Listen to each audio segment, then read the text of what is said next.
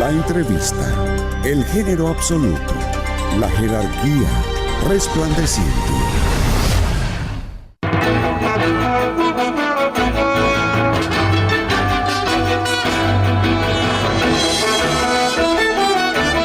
Bien, vamos a continuar. Queremos dar a conocer a la ciudadanía que finalmente se han completado las ternas para la conformación del Consejo de la Judicatura definitivo. Las ternas están integradas del siguiente modo: por la Presidencia de la República, Patricia Schettini Cáceres, Jorge Moreno Llanes, Francisco Pesantes Villasís. Por la Asamblea Nacional, Fausto Murillo Fierro, Elsie Celi Loaiza, Gustavo Benalcázar Subía. Por la Fiscalía General del Estado, Gladys Terán Sierra, Luis Ávila Lizán, Sobeida Aragundi Follán. Por la Corte Nacional de Justicia, María Rosa Merchán Larrea, Julio Enrique Arrieta Escobar, Vanessa Alejandra Aguirre Guzmán, y por la Defensoría Pública, Juan Morillo Velasco, Anaí Viceño Ruiz y Juan Vilema Portilla. Estas son las ternas entonces que han sido ya elaboradas por cada una de estas instancias que hemos referido y que servirán de base para la conformación del Consejo de la Judicatura definitivo. Ahora mismo vamos a provocar una conversación, un diálogo. Están con nosotros Jessica Jaramillo. Ella es abogada, es activista en temas de política feminista y es una constante, permanente observadora de los temas de debate nacional. Nos acompaña también Marcelo Espinel. Él es el director de proyectos de la Fundación Ciudadana y Desarrollo. Les hemos pedido a Jessica y a Marcelo que nos acompañen para analizar, para comentar lo que está ocurriendo en este proceso de reinstitucionalidad del Ecuador, que a esta hora ha tenido algunos tropiezos. Ya se conoce la forma en que han sido emitidas estas ternas. Habrá que ver qué es lo que ocurre con la Corte Constitucional. Hay ya una comisión calificadora para justamente designar a los nuevos magistrados de la Corte Constitucional. ¿Qué sucede con el Consejo Nacional Electoral, que es un consejo transitorio que tan solo tenía 60 días para funcionar? Me parece que ya están por vencerse esos 60 días. En fin, está un poco la situación no tan clara, no tan precisa. Eso es lo que vamos a hablar. Bienvenidos, gracias Jessica, gracias Marcelo, y vamos a empezar con usted, Jessica, si es tan amable. Usted estaba inquieta de los nombres que están apareciendo. Buenas tardes, le escuchamos. A ver. Buenas tardes, Andrés, muchísimas gracias. Un saludo a la audiencia a esta hora. Todos están regresando ya casi después de trabajar. Bueno, es importante señalar que el país se encuentra en un proceso de reinstitucionalización. Ese proceso, por ende, a quienes se les ha encargado el proceso, debe ser llevado con absoluta responsabilidad, pero ante todo, creo yo, evitando reproducir las prácticas que tenía el gobierno anterior y la administración anterior y la década anterior. Una de las quejas permanentes del Consejo de la Judicatura anterior era precisamente que quien presidía el Consejo de la Judicatura fue secretario particular del presidente, asesor del presidente, ministro del Interior, ministro de Gobierno, y ahora pues estaba a cargo del tema del Consejo de la Judicatura. Lamentablemente, digo yo, hoy asistimos a una práctica muy similar alrededor del Consejo de Participación Ciudadana y específicamente el doctor Julio César Trujillo, porque lamentablemente una de las personas que está dentro de la terna que el día de hoy en la mañana ha planteado la Asamblea Nacional es asesora jurídica, directora de asesoría jurídica del actual Consejo de Participación Ciudadana. O sea, alguien que está en el Consejo de Participación en su condición de asesora, ha sido designada o ha sido integrada parte de la terna de la Asamblea. Así es. Y eso significa significa que ahí hay un conflicto de interés. Porque prácticamente quienes van a seleccionar a través, obviamente tiene que pasar un proceso de impugnación ciudadana como manda la Constitución, pero esta persona tiene de alguna forma ya ganado un espacio con los propios consejeros de participación ciudadana. Entonces me parece a mí que eso es antiético, antidemocrático, y que estaríamos replicando los mismos elementos, las mismas prácticas que hemos venido cuestionándole al correísmo durante 10 años. ¿Y quién es la persona? Es la doctora Elsie Celi. Elsie Celi. Y creo que no es un asunto personal. Yo creo que la política en el país tiene que verse desde el espacio político y no personal, porque no es un asunto personal, porque creo que tiene credenciales para muchas cosas, pero me parece que es antidemocrático y no contribuye a la legitimidad del proceso este tipo de prácticas que lamentablemente van a desprestigiar esta reinstitucionalización necesaria que se está haciendo en el país. Jessica, este momento que ya hemos dado lectura, se ha constituido, digamos, el mapa de ternas que van a ser puestas en consideración al Consejo de Participación, ¿verdad? Así es. Es el Consejo, es el doctor Trujillo que tiene que designar con su equipo de colaboradores y de miembros del Consejo, tienen que designar al nuevo Consejo de la Judicatura. Exactamente. Cuando él se siente a ver las ternas, va a sorprenderse, pongamos entre comillas, que la abogada Celi esté ahí. Exactamente. No resulta adecuado, no está bien, ¿no es cierto? Creo que le hace daño al proceso. Es decir, creo que en política y en este momento que vive el país es importante cuidar las formas. Es importante hacer las cosas de manera democrática, sin estas cuestiones que estén por debajo, sino que demostrarle al país, demostrarle a la ciudadanía transparencia que no la hemos tenido durante estos 10 años porque hablábamos de un consejo presidido por el otro secretario particular del presidente. Más allá de eso, creo que la cultura política del país debe ir un poquito más allá y dejar estos personalismos que están alrededor de quienes están dirigiendo una u otra función del Estado y empezar a actuar de forma democrática, de forma que se respeten las instituciones, que se respeten las personas, que se respeten los espacios y en donde podamos ubicar a la mejor gente. Porque en el caso del Consejo Nacional de la Judicatura estamos hablando de temas sumamente delicados. ¿Qué es lo que va a hacer el Consejo de la Judicatura? Va a administrar el sistema de justicia. Este sistema de justicia que ha estado politizado, que ha sido politizado durante estos 10 años, tiene que dejar de ser politizado y tiene que empezar a ser un organismo técnico. Hay que hacer una evaluación de jueces no solamente de la Corte Nacional, hay que hacer evaluación de jueces de primer nivel. Incluso hay elementos que, por ejemplo, en la legislación colombiana se contempla como la visita en sitio al despacho de los jueces para revisar cómo es que agilitan causas. Hay asuntos de infraestructura, hay asuntos de forma, el tema del pool de jueces que hay que ir a cambiar y mejorar el sistema. Hay temas de concursos de fiscales, defensores y jueces. Hay un asunto de carga procesal que está alrededor de los jueces que atienden las causas permanentemente. Entonces, el Consejo de la Judicatura no es una representación política. No es una representación de los políticos, es un ente técnico administrativo. Gerentes casi. Exactamente. De la justicia. Pero además tiene también esta facultad sancionadora sobre los funcionarios del sistema de justicia. Marcelo, el turno es para usted, su apreciación de esto que hemos planteado para el inicio de esta conversación. Muy buenas noches, Andrés, buenas sí. noches, Jessica, y un saludo cordial a todos los radioescuchas.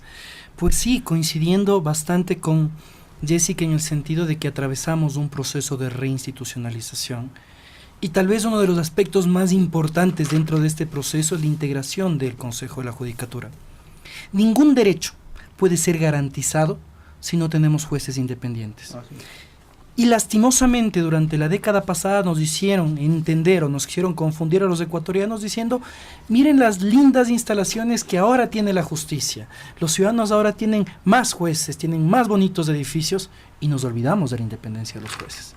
Y tuvimos una justicia que actuó de manera ciega hacia el correísmo vulnerando de esta manera derechos fundamentales de libertad de expresión, de libertad de asociación, de la libre protesta social que tenemos los ecuatorianos a través de estos procesos totalmente viciados.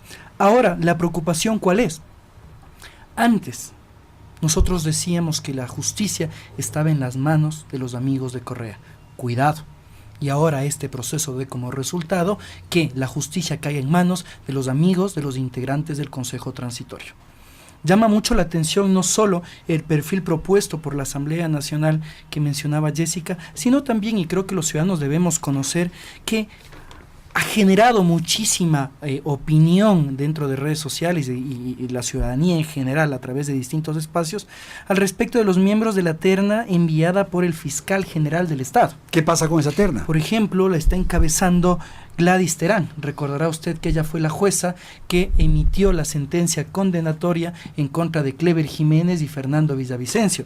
En segundo lugar, han hablado sobre el académico Luis Fernando Ávila Linzán, al respecto de que supuestamente tendría ciertas conexiones con el anterior Consejo de la Judicatura ya cesado. Tal vez, cuidado, y sea una estrategia para que el Consejo Transitorio descarte estos dos primeros postulantes y ratifique a la tercera persona integrante de la terna, que es Sobeida Aragundi, actual miembro del Consejo de la Judicatura Transitoria. De modo que esta terna no hay uno que se salve. Exactamente. Entonces, claro, si es que el Consejo de la Judicatura Transitorio ahora está en entredicho porque supuestamente no ha realizado bien su labor, al parecer esta terna tendría una trampa de tal manera que los dos primeros están siendo cuestionados, de tal manera que entre la tercera. Creo aquí que lo más importante es que el Consejo de Participación Ciudadana y Control Social garantice la mayor transparencia posible durante el proceso, para que todos los ciudadanos, los medios de comunicación puedan conocer de manera completa los perfiles de los postulantes y que de esta manera se facilite cualquier proceso de impugnación y que logremos tener un Consejo de la Judicatura independiente y que este Consejo de la Judicatura precisamente responda al carácter técnico que debe tener. Mucho cuidado, el Consejo de la Judicatura tiene que garantizar el acceso a la justicia y la independencia de la justicia tiene que ser garantizada tanto y en cuanto los procesos disciplinarios respondan no a las decisiones de los jueces, sino precisamente a posibles errores administrativos. Pero en el caso de esta terna que usted ha analizado, el de la Fiscalía, sí las condiciones son más complejas, porque en lo que refería Jessica, ahí por lo menos hay otros nombres que quizás finalmente se puedan designar, pero en el de la Fiscalía sí se vuelve complicado. Sí, precisamente esta terna de la Fiscalía es la que más revuelo, podemos llamarlo, ha generado en distintos espacios de discusión al respecto de la poca independencia que podría tener. Y hay que recordar que, claro, el procedimiento para designar al Consejo de la Judicatura sí está pegado a lo que establece nuestra Constitución. Sin embargo, el mismo Consejo Transitorio ha expedido un instructivo que será el que utilizará para calificar a cada una de las postulaciones y mantiene subjetividades. Y esto tal vez nos hace pensar en que el sistema en general no es el adecuado. Por ejemplo, se establece que uno de los parámetros de evaluar, uno de los requisitos que deben cumplir los postulantes del Consejo de la Judicatura es haber ejercido con probidad e idoneidad notoria la profesión, la docencia universitaria en derechos o materias afines. Adicionalmente deben demostrar probidad y ética que será valorada en el proceso para selección y designación. ¿Cómo podemos evaluar objetivamente la probidad y, en este caso, la ética de los individuos? Claro, esas cosas son complejísimas. Jessica, su apreciación de esto que acabamos de escuchar. Bueno, yo creo que en general las ternas, principalmente coincido el tema de la terna de Fiscalía, que ha generado más reacciones, ¿no?, frente a algunos temas, principalmente en redes sociales, pero creo que hay algo que no se está valorando alrededor de la procedencia misma de las ternas. Creo que la judicatura debe ser compuesta por estas áreas que son parte del sistema de justicia. El área de los abogados en libre ejercicio, que no está considerado en ninguna de las ternas. Está el área de la judicatura misma, que está considerada dentro de la terna de la Corte Nacional de Justicia, que sería un poco representar a quienes son parte de la función judicial, a los funcionarios judiciales. Y por otro lado, creo que el tema de los catedráticos, personas que hacen docencia universitaria, académicos, pero debería existir otra vertiente, que es también los ciudadanos, que son parte de quienes reciben permanentemente el servicio de justicia, y obviamente representados a través de sus abogados. Este parámetro, que si bien es cierto en el sistema anterior sí se consideraba, porque antes de estos 10 años el Consejo de la Judicatura se conformaba por estos colegios electorales de universidades, claro, decanos de jurisprudencia, en los colegios de profesionales. Ahora esta dinámica y esta lógica se ha perdido, y entonces son las instituciones del Estado las que van a poner sus representantes dentro del Consejo de la Judicatura. Cuando el Consejo de la Judicatura tiene tareas que son esenciales, yo había señalado, por ejemplo, el tema de los sumarios administrativos que se llevan en contra de funcionarios judiciales que a lo mejor incurrieron en alguna falta, que obviamente no tenga que extralimitarse hasta el tema del error inexcusable y a partir de eso apalancarse para hacer un asunto político, pero que sí es una realidad. Y así como existe sumario administrativo dentro del ámbito público, a los funcionarios públicos, a los docentes, en el ámbito judicial estas inconductas también tienen que ser juzgadas, ¿no es cierto? Y esta es la vía administrativa, que es parte de las responsabilidades del Consejo de la Judicatura, pero también está todo lo que tiene que ver con infraestructura y todo lo que tiene que ver con servicios de acceso a la justicia. ¿Cómo garantizamos el acceso a la justicia cuando hay un montón de demandas contra el Estado ecuatoriano por falta de acceso a la justicia? Que terminan determinando precisamente que existe falta de fiscales porque no avanzan a procesar la carga que tienen del número de denuncias, falta de defensores públicos que tienen que hacer tienen que doblarse los turnos en sitios alejados del país porque no existe un número adecuado de defensores públicos, jueces, secretarios de juzgados que hacen falta para dar un acceso a la justicia adecuado y justicia de calidad, porque no ha sido suficiente tener un bonito edificio, tener computadoras, sino tenemos algo adicional que es la calidad de jueces, y para eso hay que recuperar la escuela judicial. La escuela judicial en otros países, yo conozco el caso de Barcelona, es un claustro de jueces. La escuela judicial en el Ecuador ha terminado siendo cursos por internet que a veces lo hacen los secretarios o los asistentes y no los jueces. Entonces, este tipo de cosas que a la final terminan de repercutir, ¿no es cierto?, al usuario, a quien demanda justicia, es precisamente de lo que tiene que encargarse este Consejo de la Judicatura. Ok, Jessica, me permite una interrupción porque hay una persona en la línea, en el teléfono, que quiere intervenir, que quiere hacer algún planteamiento y vamos a dar esa oportunidad. Saludamos a la persona, no sé si es hombre o mujer, saludamos a la persona que está en la línea, le decimos buenas tardes y cuál es el punto que quiere tratar con nuestros invitados, Jessica Jaramillo y Marcelo Espinel. Buenas tardes, adelante, le escuchamos. Buenas noches, Andrés. Siempre los escucho camino a casa. Sí, la apreciación que están dando es la realidad de lo que estamos viviendo actualmente en el Ecuador. Estos 10 años sirvieron para retrocedernos casi 40 atrás. Y el planteamiento de la panelista me parece excelente.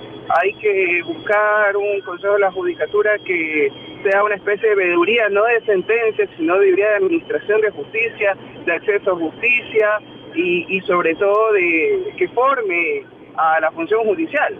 Que forme, porque eso es lo que retrocedimos mucho en estos 10 años perdidos y la gente necesita justicia. Es un tema difícil que quizás nosotros deberíamos retroceder a la Constitución del 98 para mejorar todo el problema, porque en sí el Consejo de Participación Ciudadana es el problema principal. Si no existiera esta maraña de elecciones, es complicado porque debería optarse por un sistema donde la gente podría tener una libre elección o podamos hacer un sistema electrónico donde los colegios de abogados puedan participar, decanos, universidades, todos puedan participar con su número de cédula o los veedores de la ciudadanía en general. O sea, deberíamos llegar a un sistema donde si tú quieres ser miembro de tal institución puedes inscribirte y un sistema automático te elija o no. Gracias, muy amable a nuestro amigo en la ciudad de Guayaquil. Marcelo, esto que señala nuestro oyente es un asunto que yo comienzo a escuchar en algunos ámbitos, y es que tal vez lo que conviene es desaparecer el Consejo de la Judicatura, que son estos organismos que se crearon en la Asamblea de Montecristi, que finalmente se complicaron. El mismo Consejo de Participación Ciudadana es ahora motivo de cuestionamiento. Por favor. Yo tengo un gran temor, y eso comentábamos fuera de micrófonos con Jessica. Cuidado. y el Ecuador se convierte en un laboratorio democrático cada 10 años. Y cada 10 años desde nuestro retorno a la democracia en 1979 siempre sucede algo, o constituyentes, o consejos de la participación ciudadana, o destitución de presidentes. No estamos construyendo institucionalidad. Se buscaba, ojo, con este Consejo de Participación Ciudadana y Control Social Transitorio, tratar de construir institucionalidad, y ahora hay muchísimas voces que están de una u otra manera alertando de que no se está construyendo institucionalidad. Es muy preocupante la situación, Andrés. Creo que sí es necesario que dejemos de jugar con el hígado de los ecuatorianos y pensar que, aprovechando la situación que atraviesen, planteemos de nuevo una consulta popular, aprovechemos para proponer tal o cual cosa. Si es que esto realmente no construye institucionalidad, si esto realmente no fomenta la construcción de un Estado de Derecho, vamos a estar yendo de tumbo en tumbo si es que realmente no pensamos en un Ecuador de aquí al 2050. ¿Hubo grandes errores de Montecristi? Sin duda que sí. Mi planteamiento personal siempre ha sido que el Consejo de Participación Ciudadana y Control Social debería dedicarse única y exclusivamente a promover políticas de transparencia y participación ciudadana. La designación de autoridades no puede recaer en las manos del Consejo. Debemos pensar en volver a la lógica tradicional de control de poderes cruzados, en la cual intervengan en la designación de autoridades la Presidencia y la Asamblea Nacional, pero tal vez deberíamos considerar incorporar un componente de impugnación ciudadana. De esta manera nosotros fortalecemos al Parlamento, pero sobre todo fortalecemos la participación política. Si nosotros queremos un Estado de Derecho consolidado, necesitamos organizaciones políticas fuertes. Si hay fuertes. instituciones que no funcionan, Marcelo, hay que eliminarlas. Por supuesto que sí, a través de los mecanismos constitucionales y legales sin pertinentes. Constituyente, dice usted. Yo creo que sí existen mecanismos que no requieren de constituyente. Pero, por ejemplo, eliminar el Consejo de Participación Ciudadana tiene que hacerse, de lo que yo he escuchado, por una constituyente. Yo creería, en cambio, que tal vez, nuevamente en la línea de lo que le comenté, Andrés, no eliminemos el Consejo, retiremos su capacidad de nominación o de designación de autoridades y le devolvemos a la Asamblea Nacional. De esta manera no estamos alterando la estructura del Estado y podemos mantener un proceso ordenado de transición. Cuidado, una Asamblea Constituyente requiere 3 procesos electorales: que los ciudadanos aprueben la Constituyente, que los ciudadanos decidan quiénes integran esta Constituyente y finalmente que se apruebe la nueva Constitución.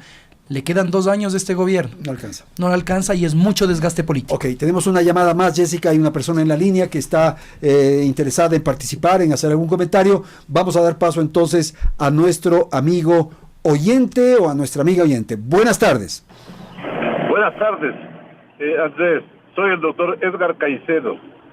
Es importante el criterio emitido por los panelistas, pero usted sabe que es imposible contentar a todo el mundo.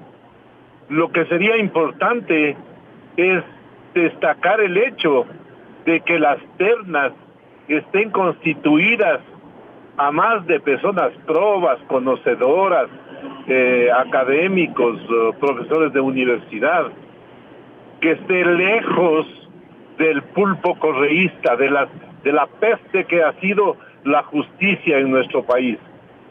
Creo que es importante calificar bien a los miembros para estas ternas, pero lo importante es que no tengan ninguna relación de consanguinidad, de amistad, ni que sean partidarios del correísmo de Alianza País, que ha sido la corrupción más grande que ha existido en los últimos 10 años. Gracias. Gracias al amigo Edgar Caicedo que ha intervenido. Jessica, por favor.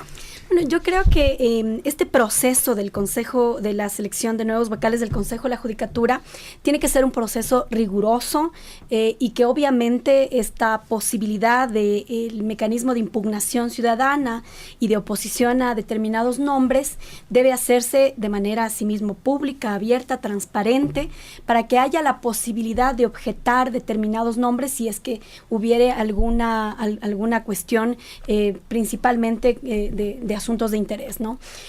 Creo que por otro lado, respecto al tema del Consejo de Participación Ciudadana, por el contrario, yo creo que es importante que exista una institución de participación ciudadana que promueva la participación, es decir, que ayude a estos mecanismos de veedurías, de observatorios, de Contraloría Social.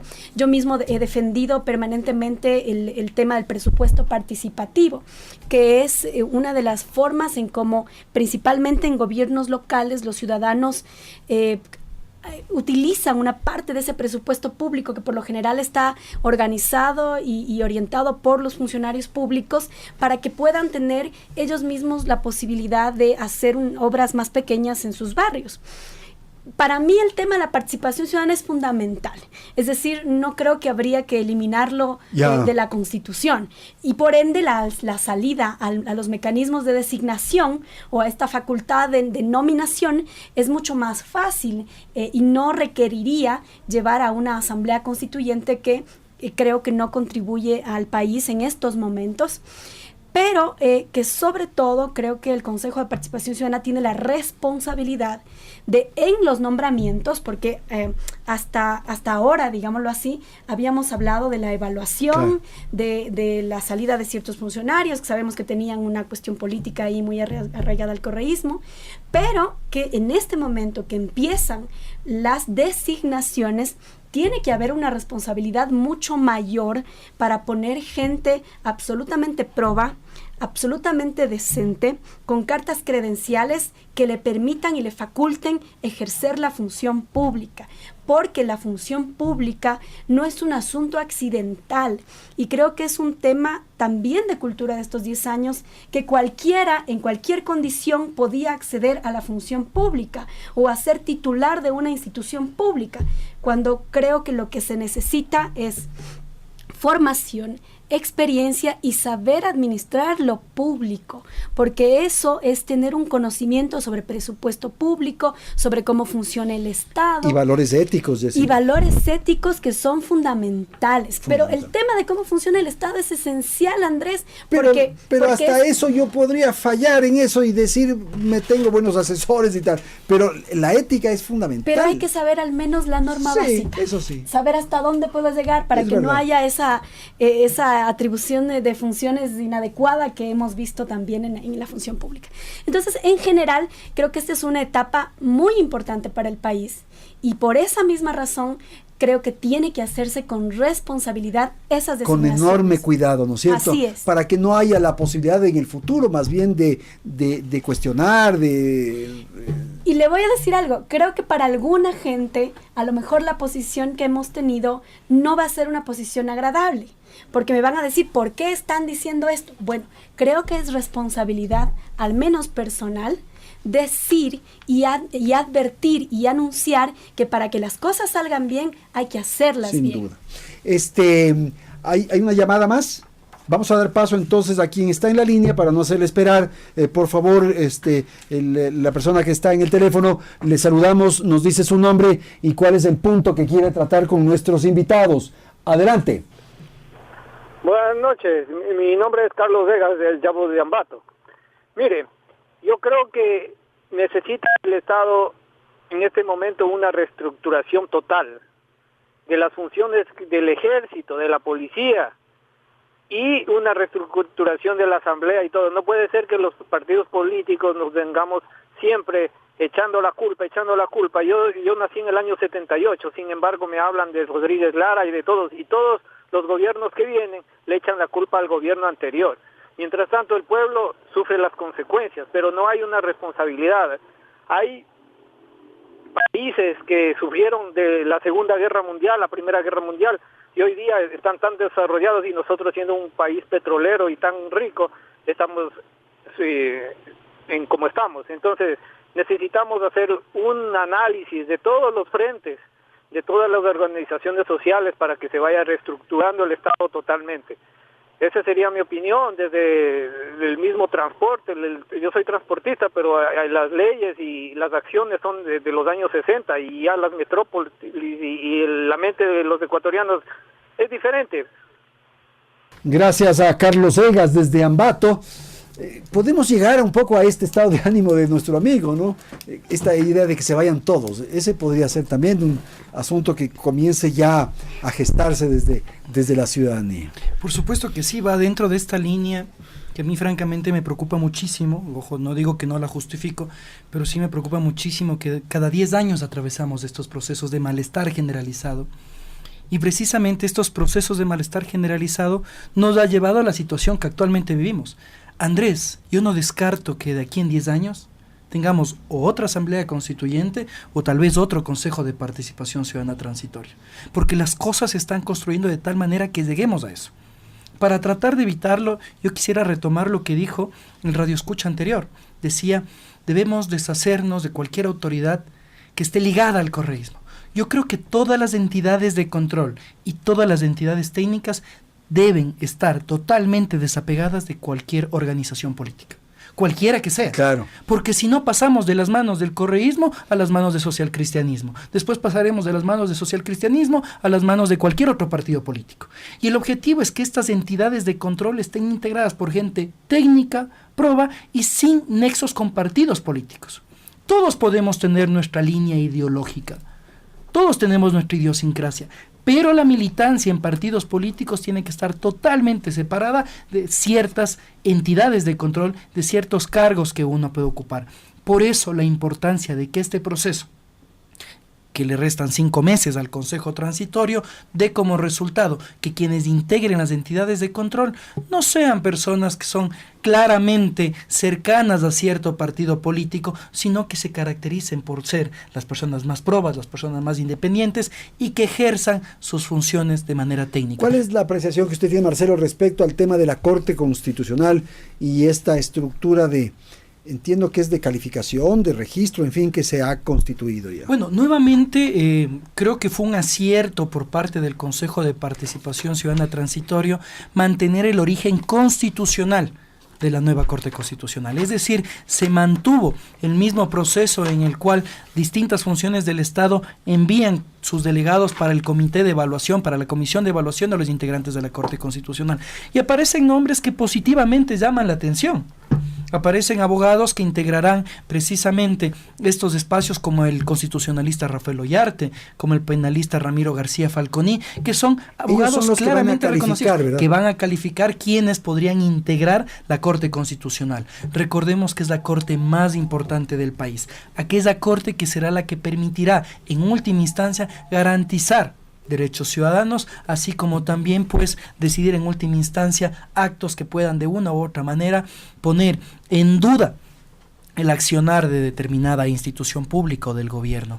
Así que hay que estar muy vigilantes de este proceso de integración de Corte Constitucional que se realizará en los próximos meses. ¿Y cómo va a funcionar eso? ¿Esta comisión calificadora registra los nombres y quienes designan son los del Consejo de Participación mismo?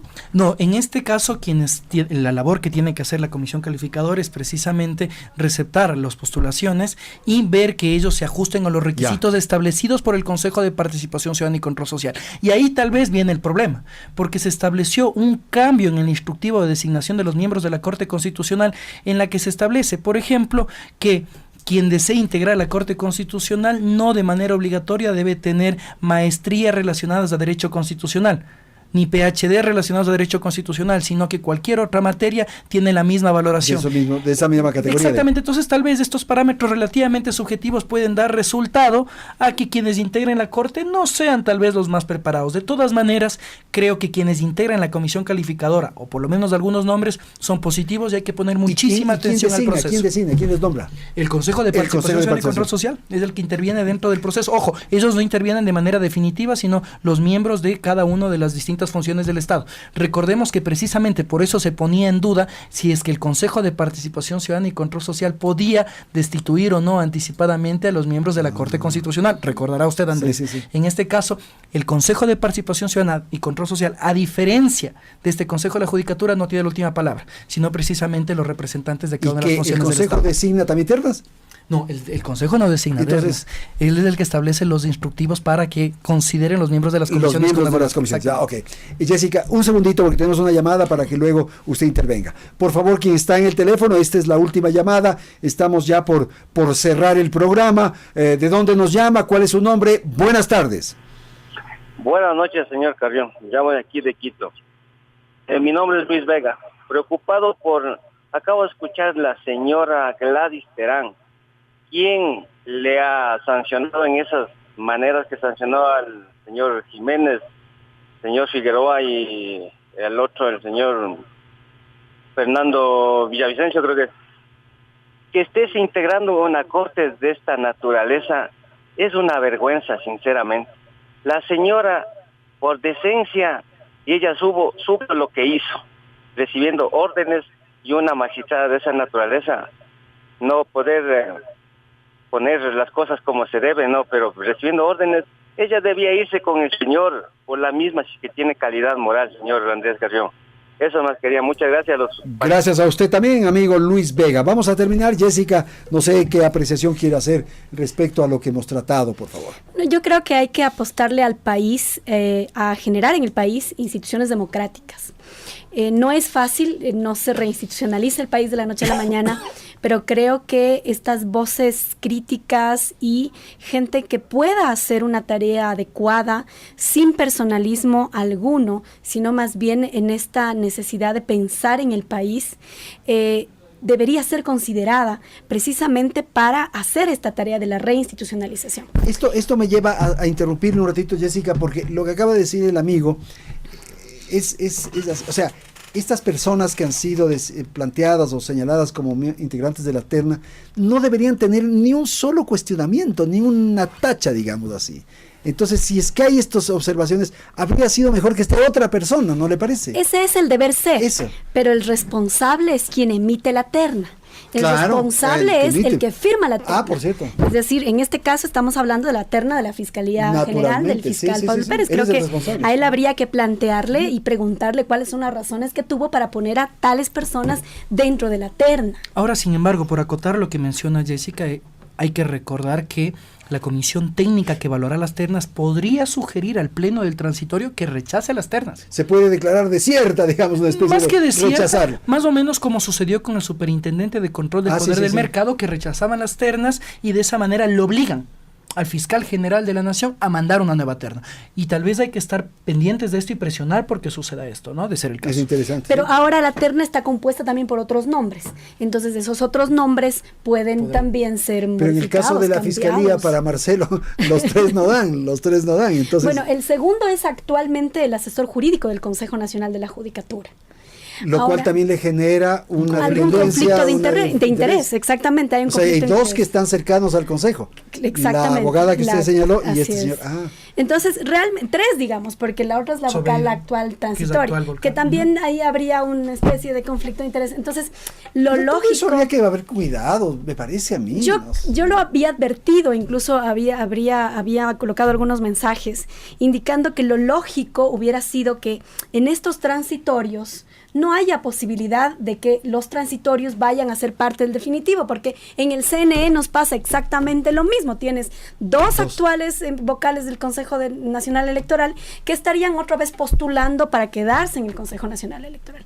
Entonces, evidentemente, esto va a generar conflictos de interés. Las transiciones, yo creo que no le hacen mucho bien al país. Estos vocales del Consejo Nacional de la Judicatura van a ser nombrados para 6 años y esos 6 años estos vocales van a tener que hacer una labor enorme. Yo lo había señalado hace un momento, el tema de la carga procesal, el tema de los concursos de mérito para fiscales, defensores, jueces, personal administrativo, el asunto de la calidad en los fallos que se están dando en el primer nivel y el acceso mismo a la justicia y el rediseño institucional del propio Consejo de la Judicatura para que no haya esta carga burocrática que hay actualmente en el Consejo, me parece que es una tarea esencial, más allá de la propia evaluación de la Corte Nacional, porque el tema de la Corte Nacional no le afecta al ciudadano común le afecta el juez de primer nivel. Pero es un tribunal fundamental. Así es. Muchísimas gracias por la presencia de ustedes, qué interesante haber conversado, ilustrado de alguna manera y fundamentalmente lo que han señalado nuestros invitados, y es que debió haberse manejado con mayor cuidado, con mayor finura, con mayor detalle el tema de la designación de estas ternas y de la conformación de las mismas, para evitar esto que hemos señalado, que se ha dicho en el transcurso de este diálogo. Quiero agradecer a Jessica Jaramillo y a Marcelo Espinel que han estado con nosotros. En un instante.